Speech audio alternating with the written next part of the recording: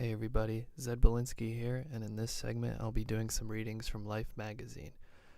This issue is titled The World's Scariest Places. Now, I'm always skeptical about these sort of things. Are these places actually haunted, or are they just the result of mass hysteria or rumors gone awry? I'll let you be the judge. Without further ado, let's jump into the first part, called Haunted Hideouts. Here we'll be visiting voodoo spirits in Africa, vampire-infested Venetian plague islands, and ghosts who wander the world's most dangerous road, as dogs. Our first stop is in Akodesswa Fetish Market in Togo, to the Voodoo Walmart. Established in 1863, the open-air venue, also known as the Marché de Fetish, spreads its witchy wares over blocks in Lomé, the capital of the Republic of Togo. Originating in West Africa and later following the slave trade to Haiti, voodoo is an animistic religion with a pantheon of loa, supernatural beings that can intercede, for good or ill, in the lives of mortals. Though other markets offer the same talismans, Akodesswa features on-site healers, known as fetish priests, who can supposedly cure what ails you by channeling the gods and offering prescriptions. No health insurance required. Want to improve your memory? Try a powdered mix of ebony seeds, chameleon, and monkey head. Lest this all seems sinister to the uninitiated, one guide interviewed for the website Atlas Obscura said that the market's magic is always white, not black. In other words, it's not used for evil purposes. No animals are harmed in the making of the mojo either, he claimed. In the wake of a government crackdown on poaching, for instance, lions' heads are strictly off limits, but less kingly creatures will do in a pinch. It's like Western medicine, he said. When you don't find a specific product, you can use the generic version. The next place I'll be bringing you is to the Predjama castle in Slovenia. This one's titled Halls of Horror. You can hear footsteps or voices. Talking behind that wall after the sun goes down, one employee of Slovenia's Predjama castle told Ghost Hunters International. If you are the last one, you have to go and check in the castle if there's anyone else in it. I don't like to be here when it's dark.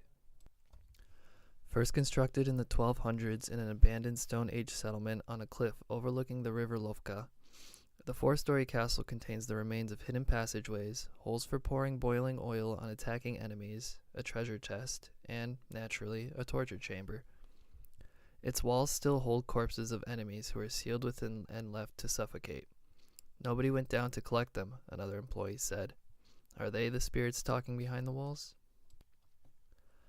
Over the centuries, such luminaries as the Knights of Adelsberg and Archduke Charles of Austria have called the rocky redoubt home, until it became a museum after World War II. It remains a popular tourist attraction. But the castle's most prominent resident was arguably the 15th century knight Raynham of Predjama, revered by local folk as a Slovenian Robin Hood who rebelled against the aristocracy and was eventually betrayed by a servant and then killed by the emperor's men. He is widely thought to be the source of much of the structure's psychic activity. In other words, despite his death, it seems he never left. Al Capone's Prison, Eastern State Penitentiary, Philadelphia. It looked like a heat mirage. A large, shimmering, upright blob that was moving slowly to the right, wrote Elena Mabasso, a former tour guide at Philadelphia's Eastern State Penitentiary, describing a supernatural sighting in the building's cell block 4. The notorious site is also the source of a house legend.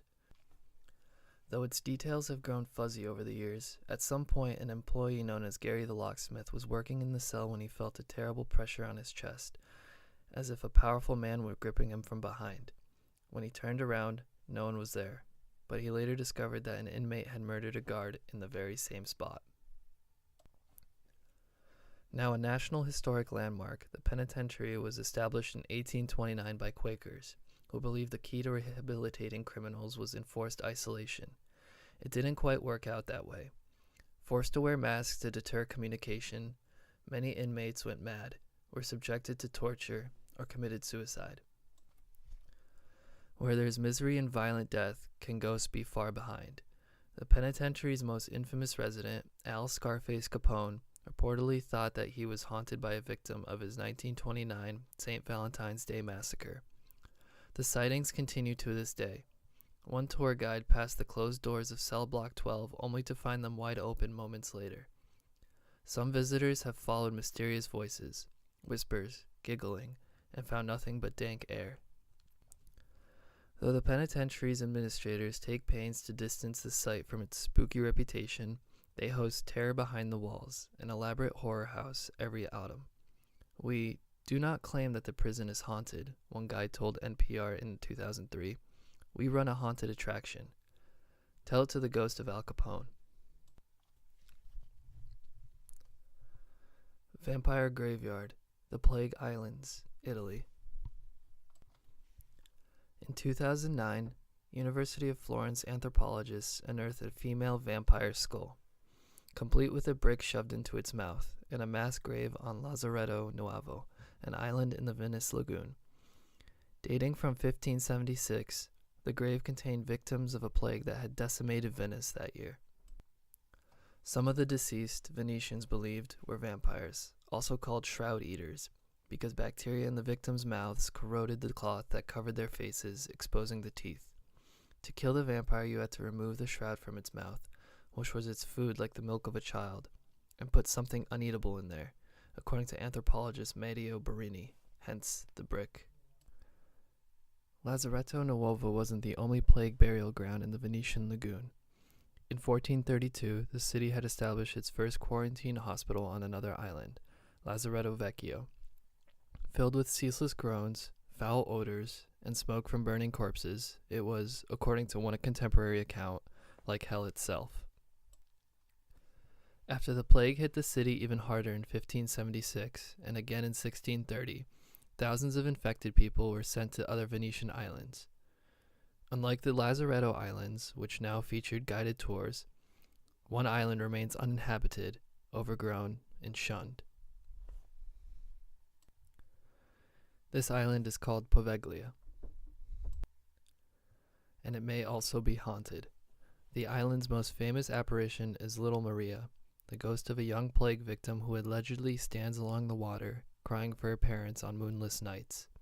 In the 1920s, the opening of an insane asylum on Poveglia led to the legend that an evil doctor, prone to administrating brutal medical experience, had fallen from the island's bell tower under mysterious circumstances. After the institution closed in 1968, Poveglia was abandoned. Untouched by both fishermen and gondoliers, the island was put up for auction by the cash-strapped Italian government in 2014. An Italian businessman eventually paid $704,000, but the sale was annulled when the government decided that the amount was insufficient. The businessman was hoping to build a luxury hotel. Now, this one's pretty famous among lovers of the paranormal. It's the Brown Lady's Lair, and it's in Raynham Hall in England. The first recorded sighting of Raynham Hall's famous ghost occurred during an 1835 Christmas gathering at the Norfolk, England estate. Two guests claimed they saw an aristocratic brown lady, named for the color of a brocade dress, as they approached their bedrooms one night. The next evening, one of them glimpsed the female phantom again, but this time he noticed gaping black holes where her eyes should have been. Not surprising, some of the house's servants resigned soon afterward. Supposedly the ghost of Lady Dorothy Townshend, whose jealous husband kept her imprisoned in the hall until her death in 1726, the Brown Lady was seen again in 1836 by novelist Captain Frederick Marryat. Trying to prove that the revenant was, in fact, a hoax, perpetuated by local smugglers to keep people away, the writer came face to face with the ghost, according to his daughter. The figure halted of its own accord before the door behind which he stood, she wrote, and holding the lighted lamp she carried to her features, grinned in a malicious and diabolical manner at him. The world at large didn't glimpse the putative phantom until 1936, when a photographer and his assistant were documenting the hall for Country Life magazine. While setting up a shot, the assistant later claimed they saw a vapory form gradually assuming the appearance of a woman coming down the wooden staircase. The result was promptly published in the magazine and remains, despite hoax allegations, the most famous spirit photograph in history. If you Google the Brown Lady, you'll see a picture that you probably recognize. Is it a hoax? Who knows? Do ghosts really exist? Again, who knows? I had the pleasure of meeting Tony Sparrow last year. For those of you who don't know, Tony Sparrow is the son-in-law of famous demonologist Ed and Lorraine Warren. And for someone who makes a career out of paranormal investigations, he swears up and down by this photograph. But I'll let you be the judge. That being said, I think I'll ramble on a bit about the point, if you don't mind. Now, do I believe in ghosts? Well, yes and no. I mean, I've never seen one personally, but I've heard stories, and are they just manifestation of one's imagination? I couldn't tell you. Remember that the first law of thermodynamics states that energy cannot be created or destroyed. With that, I'd say humans have a lot of energy potential within them. We have the power to manipulate the environment and nature around us, more so than any other organism on Earth. If someone is to die unexpectedly, where does all that energy go? Does it just get absorbed by the ground? Does it just get released into the air? Or do we transcend into another plane while another part of us stays in this plane, forming echoes in the world we see, and other humans can pick up on it and see it as ghosts? Is it just someone hitting the rewind and fast forward button, or you can only play a certain segment of your life over and over again? Or can you directly communicate with people who are still alive on the earth? I guess it depends how much energy you leave in this plane before passing on into the great unknown. Sometimes only enough energy is left behind to form only footsteps or a couple knocks on the door at various hours of the day. Other times there's enough energy left over for a full figure to appear. Now, I've never seen a ghost with my eyes. Maybe because my sixth sense isn't as acute as others, but I have heard noises, but that can always be marked off as with rational explanations. It was the wind, or it was a trick of my mind. My auditory senses are just kinda askew right now. Whatever the case may be, I think I'll be a true believer if I see something. But I'm pretty open to their presence. Maybe I have seen one and I just haven't registered it. Maybe someone walking in a crowded New York subway station was a ghost, but I just passed him off as a regular human. Hollywood makes me forever associate ghosts with these creepy white figures who whisper and say my name and haunt me in my house and follow me around, but maybe they're docile creatures. Maybe they just live their lives apathetic to what's around them. They don't even know that they're dead. And they just go about their lives like you and I do. Anyway, that's enough rambling for now. Let's get back to the readings. The next part is The Deadly Dungeon, and it takes place in the Tower of London of England. Very haunted place, allegedly. Kind of always wanted to go there. Anyway, there's only you and I here. A disembodied and ungrammatical voice supposedly said to the Tower of London night watchman Arthur Crick, who had stopped along his nightly rounds to rest his feet. "Just let me get this bloody shoe on," Crick responded, "and there'll only be you." The complex of towers on the River Thames, now home to everything from the crown jewels to an axe probably used in the last public beheading on Tower Hill, is widely considered the most haunted building in England. Construction of the tower began in 1066 under William the Conqueror. Not surprising, the most storied part of the structure is the oldest. The White Tower is where the ghost known as the White Lady wanders. Her perfume often smelled at the entrance of the chapel of St. John's. A headless ghost, said to be that of Anne Boleyn, is sometimes seen near the Queen's house, close to where she was executed on Tower Green, and the 9-day Queen, Lady Jane Grey, was reportedly spotted by guards on February 12, 1957, the 403rd anniversary of her death by execution. Maybe saddest of all are the wraiths of Edward IV's young son, Edward V, and Richard. In 1483, they were sent to the Tower after being declared illegitimate by their uncle Richard, who may have had them murdered. He then became King Richard III. In 1674, the skeletons of 2 young boys were discovered beneath the staircase, but the brothers' spirits continued to be seen in white nightgowns, clutching each other in terror. Alright, again, here's where I'm skeptical. White gowns. Another perpetuation of Hollywood ghost figures who appear to be white. Are they white? I don't know, but it'd be too easy to spot, right? Not to mention, it sounds a little racist to me. Alright, next I'll take you to Eastern Europe, to Transylvania's very own Bermuda Triangle and the Hoia Baciu forest in Romania.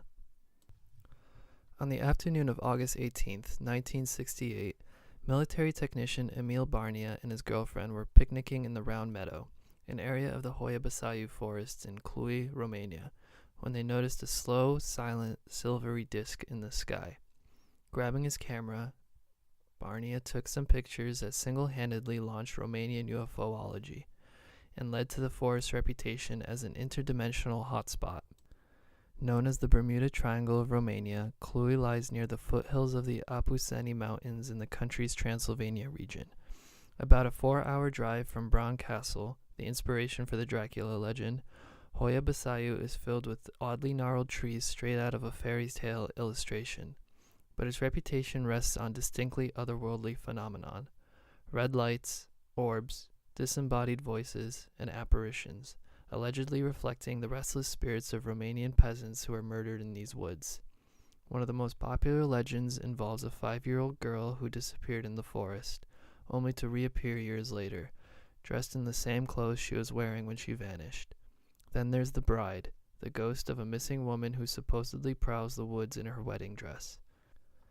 Despite its fearsome reputation, Hoia Baciu remains a popular spot for biking, paintball, and archery, but visitors should consider bringing bacitracin. Wanderers in these woods have allegedly been subject to strange rashes and scratches, and the Round Meadow, where Barnia spied his UFO, supposedly hosts its own horrors. Some claim that nothing can live there because the ground had been charred by interstellar radiation. In other words, if you picnic here, you may encounter UFOs, but you won't have to worry about ants. I don't know what's scarier, UFOs or ants. I mean, ants are pretty crazy. They outnumber humans 10 to 1 or something like that. Now, I'm no etymologist, but I've done some research on ants. I've always wanted my own ant farm. Ants are brilliant. They are the epitome of a social hierarchy. They work for the queen and they don't question why, and they get work done. If only humans could be like this. Imagine what we could do. Alright, I got a couple more for you in this chapter. The next one is called A Spectral Ship. It is the Queen Mary off the coast of California.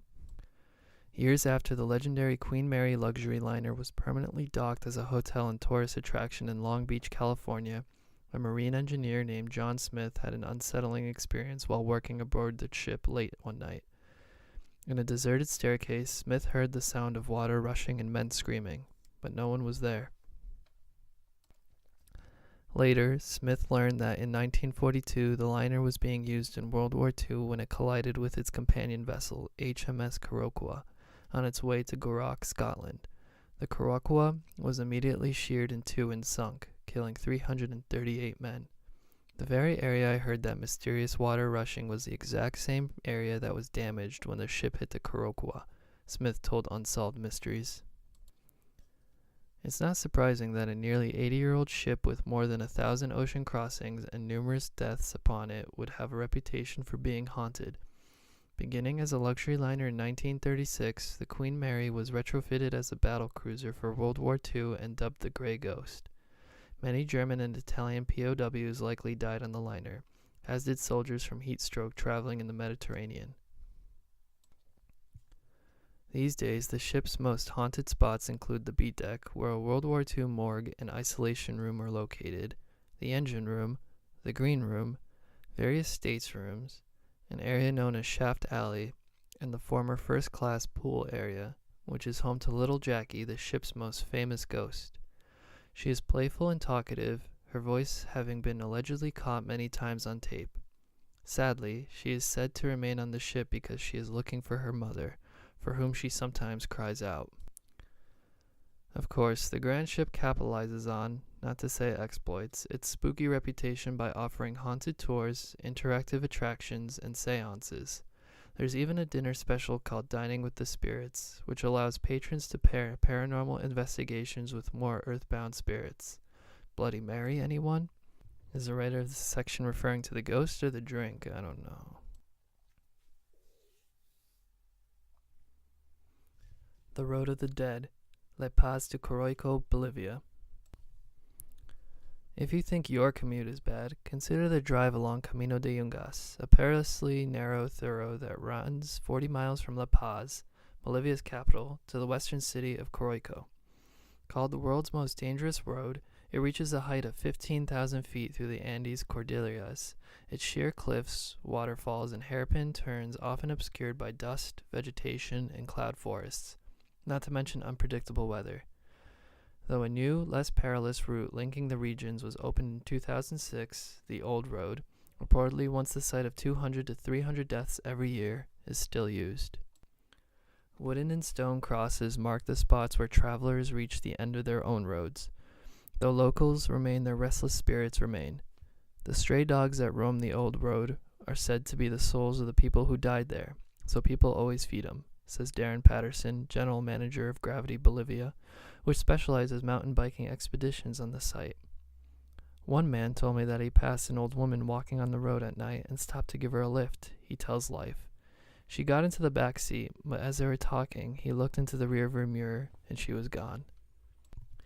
For protection, road warriors traditionally make offerings to Pachamama, a goddess revered in the Andes, as the Camino's highest point. They give her a few sprinkles of alcohol, also called Pachamama, because it's used to honor her, Patterson says. Many drivers keep a big bottle in their cars. How does Patterson calm nervous bikers who remain unconvinced by the efficiency of the alcohol? I tell them that I took my mom down, he says, and she loved it. At first, many locals did not understand why anyone would bike the road, but now many of them ride it on the weekend, says Darren Patterson. The locals call this stretch Death Road. Alright, let's go to South Korea to the Gonjiam Psychiatric Hospital. This one's called the Maze of Madness. The ruins of the Gonjiam Psychiatric Hospital have been moldering in South Korea's Gyeonggi province since the mid-1990s, when the structure was abandoned for reasons that remain a mystery. Some suggest that plumbing problems or financial improprieties were to blame, but urban legends claim, as they do so often, that the institution was plagued by a series of strange deaths, the result of horrifying medical experiments that were eventually traced to a homicidal doctor who promptly fled to America. Now the ramshackle ruins are filled with mildewed mattresses, broken windows, and Korean and English graffiti. A single word, kill, in the simplest and most chilling. Thanks in part to the sinister appearance, Gonjiam has become known as one of the 3 most haunted sites in South Korea, the others being a house filled with disembodied voices in rural Yongdek and Nulbam Garden restaurant, which allegedly closed because ghosts drove the owners out. It's not entirely accurate to call the hospital abandoned because, like many places of its ilk, it has become a frequent destination for trespassing urban thrill seekers. Though most of them don't uncover supernatural secrets, some have reportedly been scratched by unseen entities as they walk through these halls. Stray cats, broken windows, or ghostly patients in dire need of an emery board. At the time of this podcast, I believe there's a movie in the making regarding this psychiatric hospital. I doubt it'll be any good, but Alright, I'm bringing you the last part of this segment. It's called The Screaming Ghosts Well in Himeji Castle, Japan.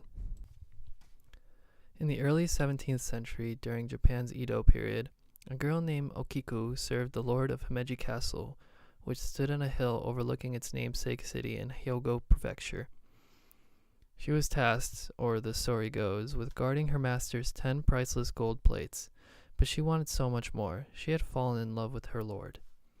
Given her humble station, she couldn't dream of revealing her true feelings, but she remained nothing if not devoted. After overhearing fellow servants plotting her lord's murder, Okiku told him about the plot. Seeking revenge, the conspirators stole one of the precious gold plates and convinced the lord that Okiku was a thief. The credulous lord promptly had the young girl killed and her body thrown into the castle's well. But Okiku's lovelorn spirit did not rest in peace. Every night, between 2 and 3 a.m., her revenant rose from the well and screamed as she counted the plates. 1, 2, 3, all the way up to 10. Unnerved, the sleepless lord reinvestigated the events that preceded Okiku's death. When he finally learned the truth, he went insane. Well, that's the legend anyway. Considered the most beautiful castle in Japan, the 400-year-old Himeji, a UNESCO World Heritage Site, remains on the hill overlooking its namesake city, where some still claim to hear Okiku screaming as she counts the golden plates from 2 to 3 in the morning. I've said it before and I'll say it again, the Japanese are on a whole new level of creepiness. The Ring and The Grudge were terrifying movies when I was younger. So much that I actually recently picked up a novel by Koji Suzuki. He's actually the author of the Ring series. It's called Dark Water, an anthology of short stories. But it was kind of disappointing. Hard to follow as translated, but I feel like the Japanese should stick to movies and manga. That concludes the section of haunted hideouts. Just a little credit work here. This was made possible by Life magazine, under the magazine The World's Scariest Places. If you're interested, you can go pick up a copy. I don't know if it's still on, bookshelves at bookstores, but you can definitely find it online. The editor is J.J. Baker, editorial director Kostya Kennedy. I'll just put it in the comments. All right, thanks. Be sure to like and subscribe for more content coming to you soon. And if you're also interested in some of my stories that I write on Reddit, check out Zed Belinsky. That's just my name on Reddit.